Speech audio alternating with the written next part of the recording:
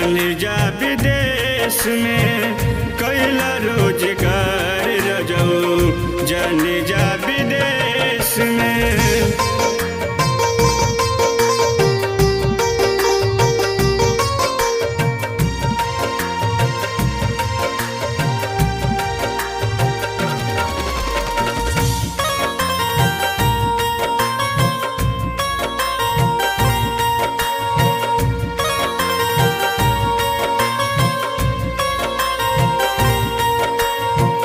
इतना न बना सैया पैसा के लोभी, आलू प्याज बेच घूम के तू गोभी।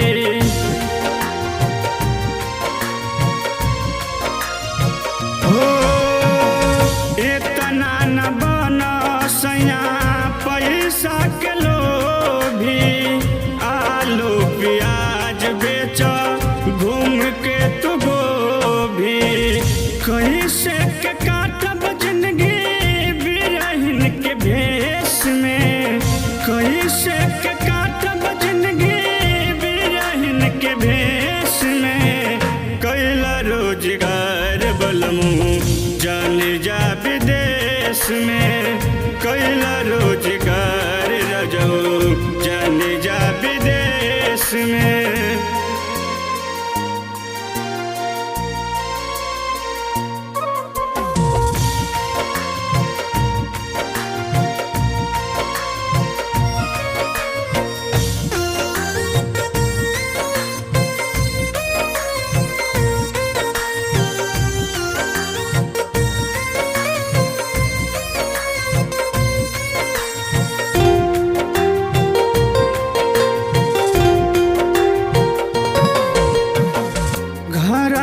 सुख पिया कतही न पईब, परदीप देहाती साचो बहुत पछतईब।